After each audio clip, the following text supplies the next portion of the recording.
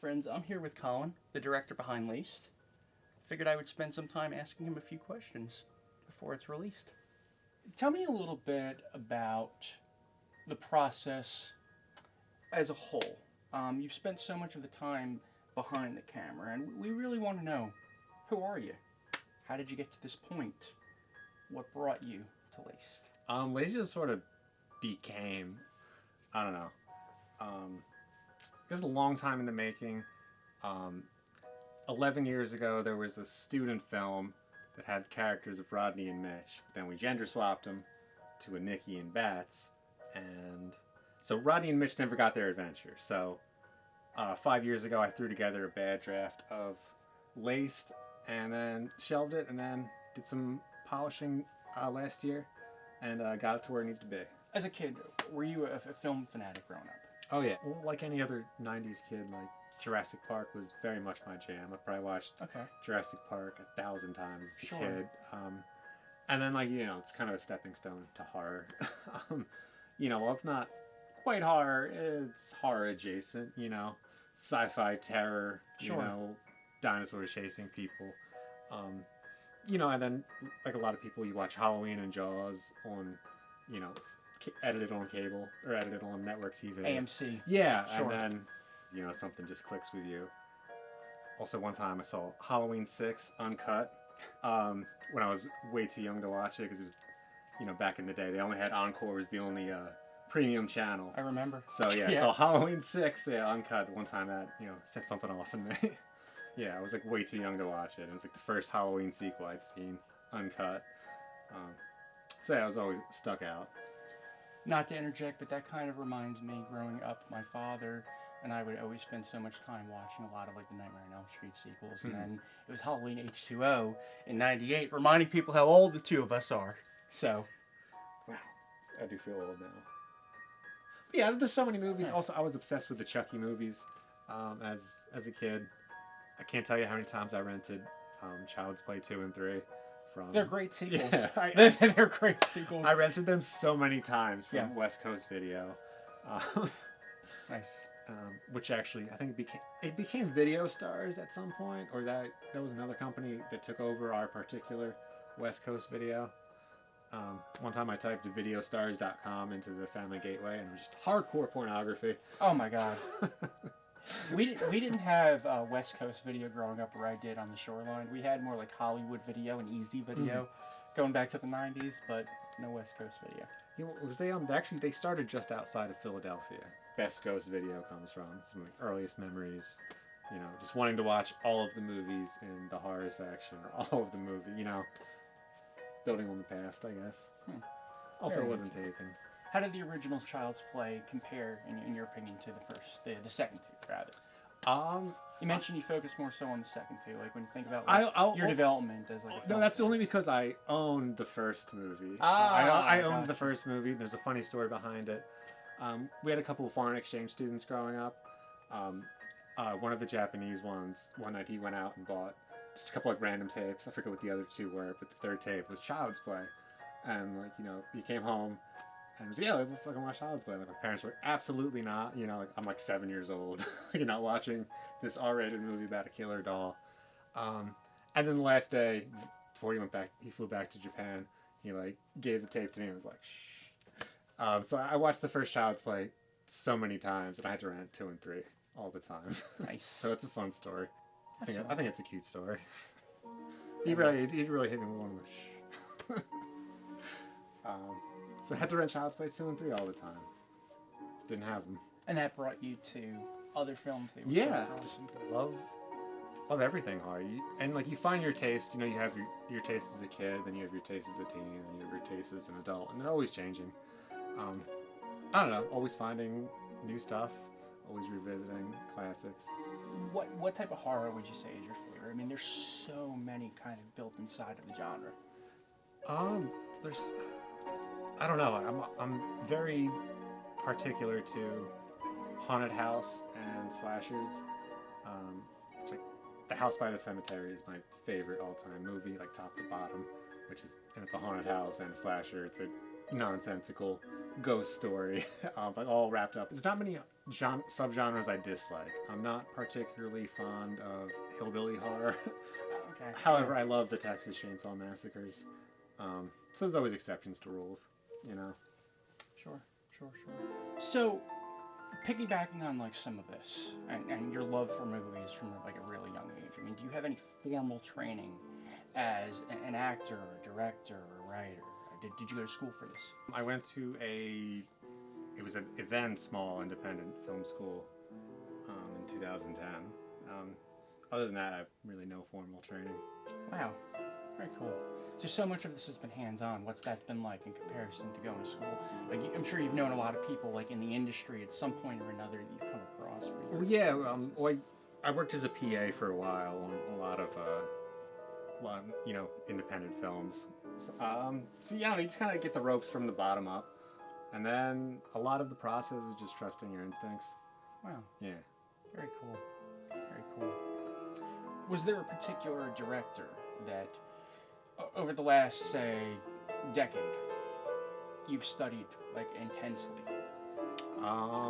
Lucio Fulci. Okay. It's become my favorite. With, like, director. a lot of the like, really crazy Italian gore. Yeah. Sure, yeah. Just, it's just more than the gore, it's just the way it tells a story and can tell, any genre of story. It's just become, hands down, my favorite filmmaker. This movie is not Fulci-like at all. Other than it is kind of like House by the Cemetery in a lot of broad strokes. Nice, very nice, very nice. I mean, do you see yourself in the future kind of transcending and being more of kind of that Italian, super gory but super colorful, like a Dario Argento type? I just kind of want to do my own thing. I think just a lot of finding things in the moment, as opposed to like being too rigid. I was really trying to find things that were working in the moment, like, capture what was going on, like right there in that room, that time. Nice. Also, we didn't have, we don't have a dolly. we don't have a steady cam. We don't have a jib. So most of the movie is soft handhelds, which I love. So let's go back again for a second. Tell me about your early years working in movies. Like, what did you do? Like, you mentioned being a PA. Can you name some of those films that you worked on? And kind of some of the experiences that brought you to being this director of LACED. This is all going way back, Sure. 2010, 11, Sure. 12. Yeah. My first PA experience was a movie called Calendar Girl, which got released as Miss December. Okay. Which I've never seen. I'm actually in it, too, in a scene. Oh, nice. Once again, I haven't seen it. I was like a background extra. I worked on, it was called Penhurst at the time. It got released as Asylum of the Dead. I have a lot of fond memories about that production. It's not a great movie, but I have great memories. I worked on, it was called Down the Road then. It got released as Nobody Gets Out Alive. It's a terrible, terrible movie. And I did not have a good experience working on that. Have there been words or experiences that you would say shaped the moment that we kind of come into as we make our way forward? A decade, really, into LACED. I mean, is there something somebody told you, or just something like a day on the set that you could say, okay, if I'm a director one day, this is what I'm going to do, or this is something I'm really not going to do? Back to both of those movies. Asylum of the Dead was a very positive experience. All the actors were, I was all like, starstruck. That's fucking Michael Rooker and Haley Duff, and sure, they're all like very cool about it. Back to Down the Road, and they stiffed me 2 days' pay and were really like shitbaggy and cruel about it. Appreciate your honesty here. So I mean, yeah, they were just unnecessarily cruel and demeaning about it. Yeah. I don't ever want to treat people like that. So that kind of brings us, as we enter LACED at this point, and which I love being a part of, by the way. I was kind of a PA, and tell me a little bit about the inspiration behind the film for you. How did we land where we did with this particular story? I don't know. The story just kind of. I wrote one scene based off a real life experience, and then the rest just kind of steamrolled into that adventure that Rodney and Mitch never got to have. Right. You know what I mean? There was always a story, and then it's they got their full adventure. Basically, one time, our drug dealer gave us snacks, and I built a rabbit hole out of that. Oh wow. That's super creative. Actually. Yeah, it's just a spooky rabbit hole without snacks. Some might say the story is pretty controversial. You know, you've got this drug, this weird like drug tale going bad, and there's this like, spooky, almost mystical element that's being thrown into everything. And we keep ourselves massively intrigued by everything that we're seeing on the screen.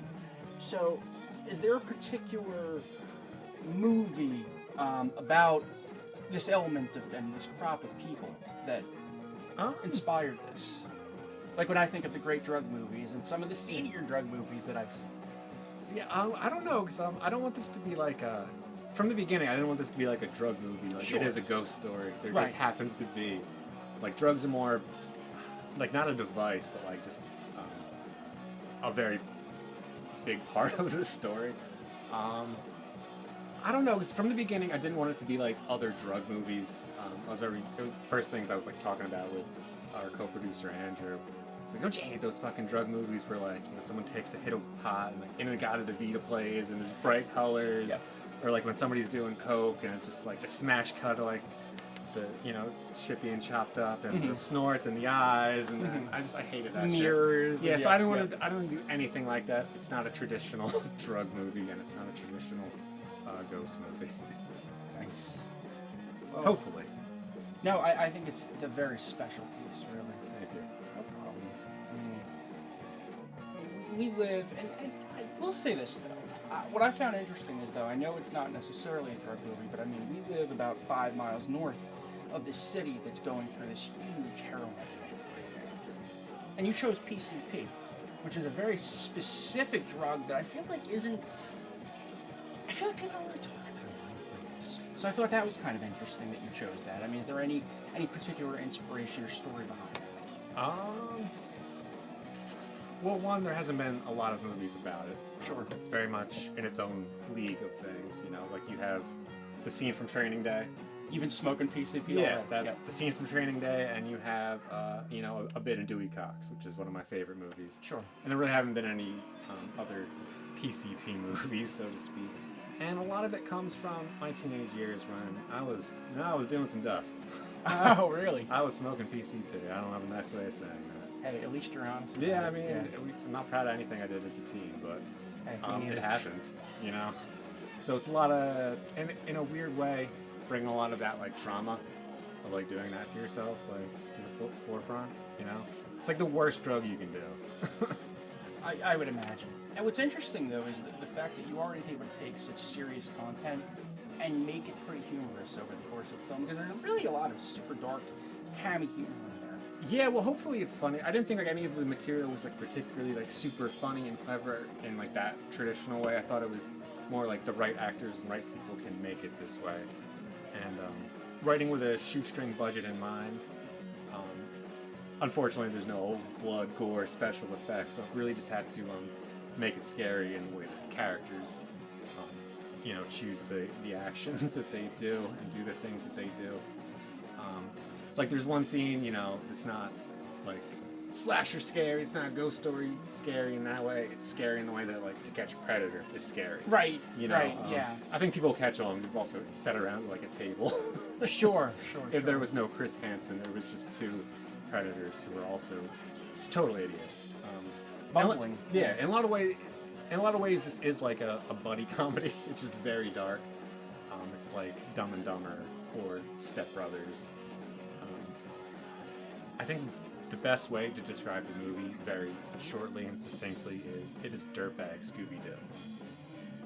I think that's a really good way to put it, because we have these three main characters with Rodney, Mitch, and Liz that are super entertaining, but they've put themselves in a lot of jeopardy.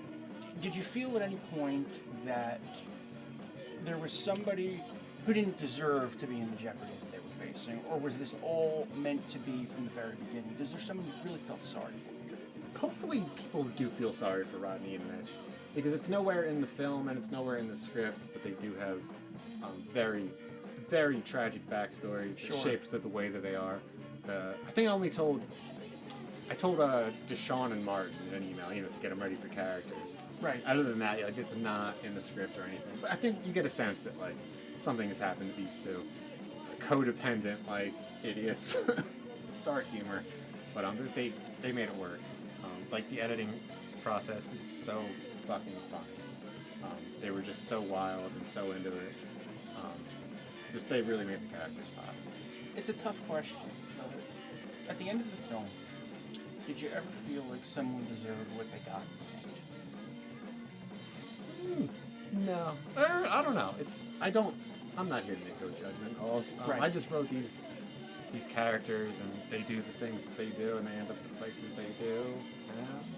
The situations they're in are, I don't know, a bit of fate and circumstance. It's unfortunate, but it's also hilarious. Yeah. I hope it's funny. I have a very weird sense of humor, but I think they all make it so fucking fun. Did you ever feel like there was a real life inspiration behind any of those characters? Because they're all so well crafted. Without giving too much away, Bundles isn't based off of a real person. He is inspired by a real person, but inspired by a drug dealer. But he's nothing like the actual drug dealer, you know. But just his role, and then once again, it's a spooky rabbit hole about snacks. I don't. Oh wow. And then Weathers is also based off of another drug dealer, and in a very vague, you know, sense. So these real life inspirations, are they aware that this content was created? No, they're dead. Oh, I see. They've been dead a while. So that kind of adds like a little bit of a dark element to it, but at the same time, it's this awesome kind of tribute that you're doing. Yeah, like they weren't bad people at all. Like, they showed Right. me like a lot of kindness, just in a lot of strange ways, you know. Just like, you know, weird dark times. It's always, you know, a weird act of kindness being paid forward. Would you call it an homage? I would hope so. Yeah, because once again, I don't want to mention any names. Oh, of course. Yeah, no, but you know, for sure. hopefully, I think an homage. Personality-wise, like I'm kind of based Lizzie off myself. But I'm like most like a character, and you know, right down the middle with Lizzie. I think. How so? Oh, just the way that she is, just top to bottom. That's why it was kind of easy to write her. And then like Rodney and Mitch are just like two fucking animals. Yeah, they're rather dangerous. I remember you kept referring to her in the script as kind of like this like space cadet. I really liked the character too. I thought the three of them were amazing. When you were working with everyone, how did you blend the horror and the really wild shit, excuse my language, that we come to see, with all the humor that's kind of like built in there over the course of the film? From the beginning, I wanted the scary parts to look like a sitcom and the funny parts to look like a horror movie, with some wiggle room in between. Just like really conflicting vibes, because like, you know, a lot of the visual language will tell you that this is funny, but it's, you know, this is not. And then the opposite of that sometimes. Is there, so for someone who's not in the industry, is there a formula that you follow? I don't know. Once I tried to do everything as in the moment as I could. Right. I feel like you can get, you know, past mistakes as a filmmaker. You try to get too locked into any one aspect or one shot, and it was just like, just get what feels right, you know, in that moment, in that room, in that lighting, you know. Same, you know, let the actors just really do their own thing with the character. Just trust in my own process. Sure. Do you see any of these characters coming back? Or do you see like a prequel story, do you see a sequel story coming in? I would love to write anything for these actors to reprise their roles, so never say never. Very nice. I think we would all love to see that. Yeah, because everyone is such a well-developed character in the story. Good. I'm glad that they feel that way. Yeah, I would say so. And as someone who worked in the background, it was a really happy experience. That was my first priority. Just everyone has to have fun. Everyone has to be safe. Yeah.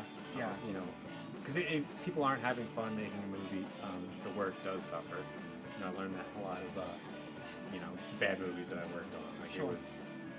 We did not have any money in this. I was just going to ask you about that. Was this the first time you had no money going into a film, where you really had to improvise? Yeah, most of this movie was found through dollar store Halloween stuff and thrift store finds. Which is amazing. Yeah, like not a lot of money at all. I think we listed the budget on IMDb as $5,000. That's about right.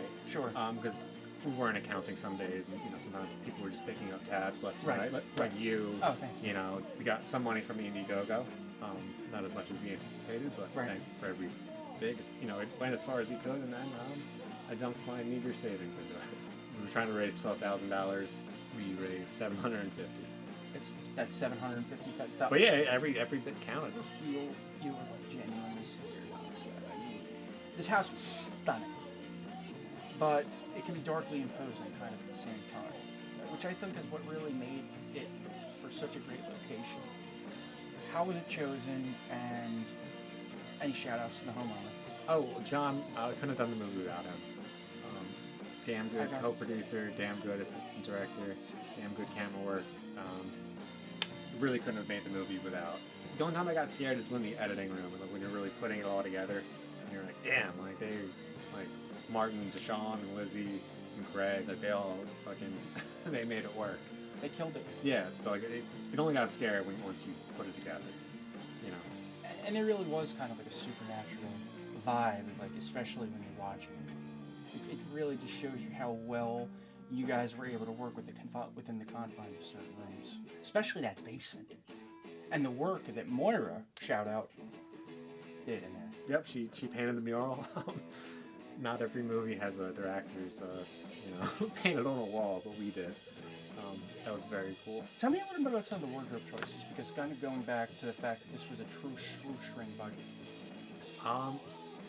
You gotta make characters pop, what you are, what you present to people.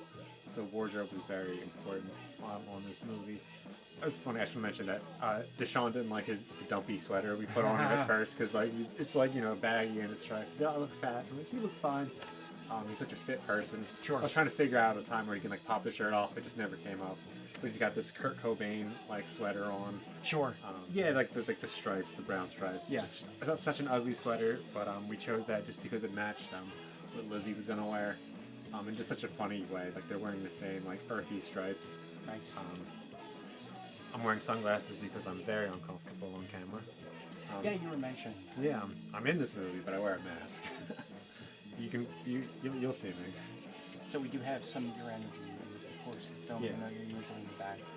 Yeah, and it was a very hot get-up. Such a hot dress shirt, a hot jacket, a hot mask, hot gloves. It's cool to act with your body. Anyone thinks you can just put something on and be Michael Myers or Jason. There's so much to acting with your just physicality. When you're completely covered. Yeah, without saying a word, no eyes. It's a different beast, and I had a lot of fun.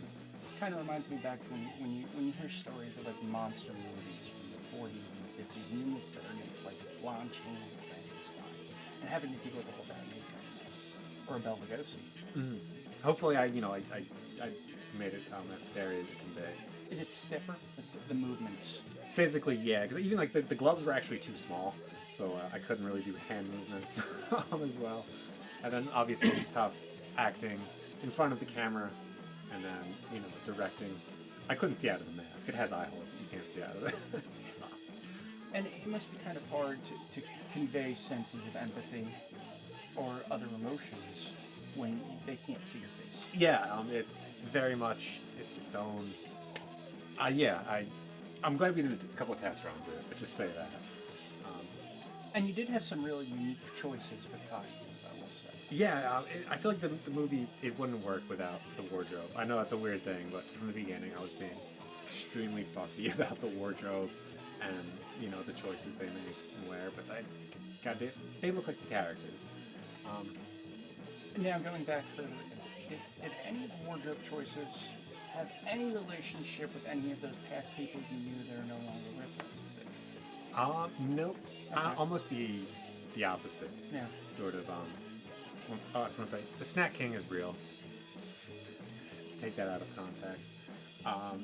Sort of the opposite of what they would wear. The idea, don't want to spoil too much, but bundles. You know, we tried a couple things, but I like the black on black look. You know, it's just such a simple, effective look, and he wore the shit out of that. Kind of a stark contrast to the others in the movie. Sure. I can see that, especially like a Lizzie, for example. Yeah, very. I think we were calling her like punk rock librarian. Yes. You know, the art teacher whose room smells funny is how we were pitching it and when we were casting. With Mitch and Rod, Deshaun, and Martin, was it hard to choose them? I mean, you mentioned at various points in the process that there were just so many different options. What about these two gentlemen really stood out the most? Deshaun, his comedic expressions. It's all in the eyes, and like he's just so funny. He's a very physical actor. Yeah, there's so much physical comedy injected into Rodney's role, and like that was all Deshaun. Like none of that's in the script. Just him going for it. Martin too was not only very physical, but he's a little campy too, and I liked how he kind of interjected a lot of personal energy, you know, into that. He really, I thought, became. Yeah, he really made it his own. To the point, like, you know, he's calling him Mitchie. And we, you know, that started sticking around. You know, they never called Mitch Mitchie in the script, but we started to on set. And I feel like the energy that like they shared was really unparalleled.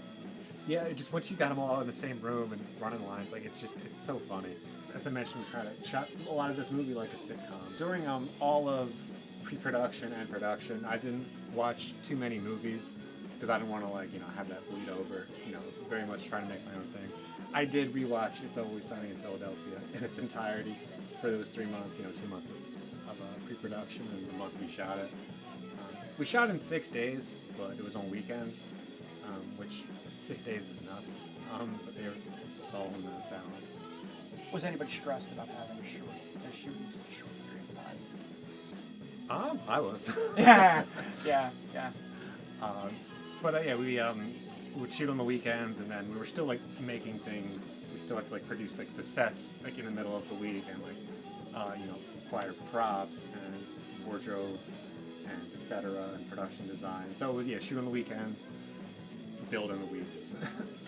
I remember I was there when we built up the basement. Yeah, one day.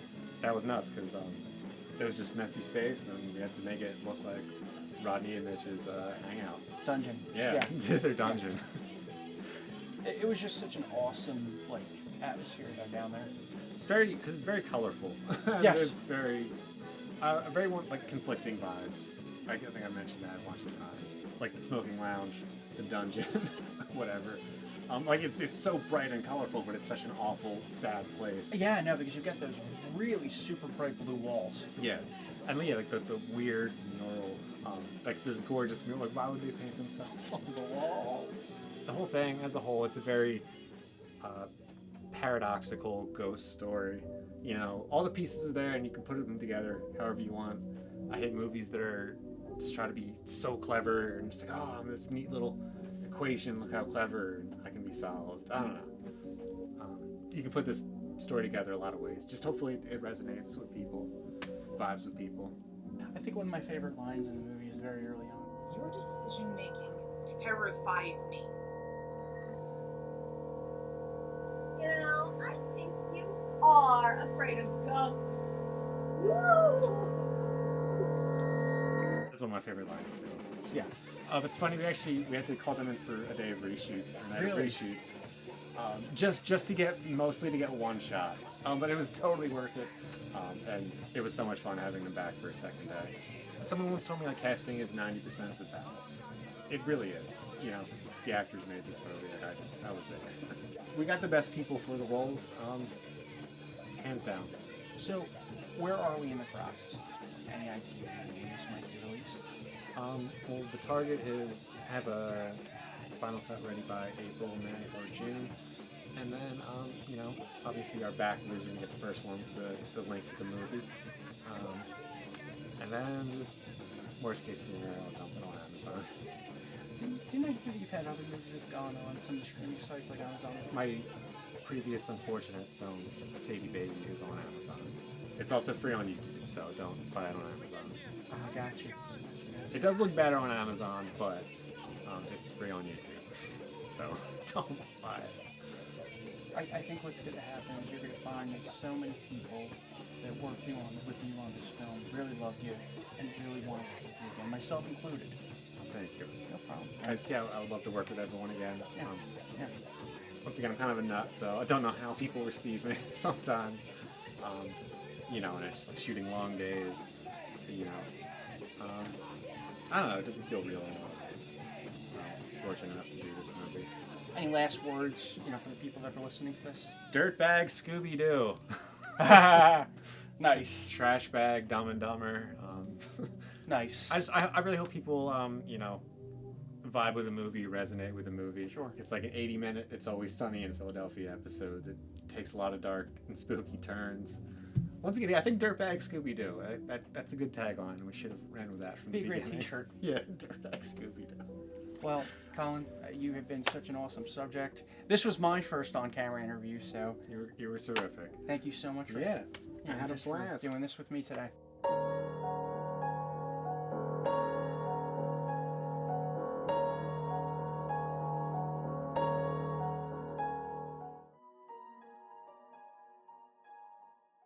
Yeah, that's a real company. I don't have a website.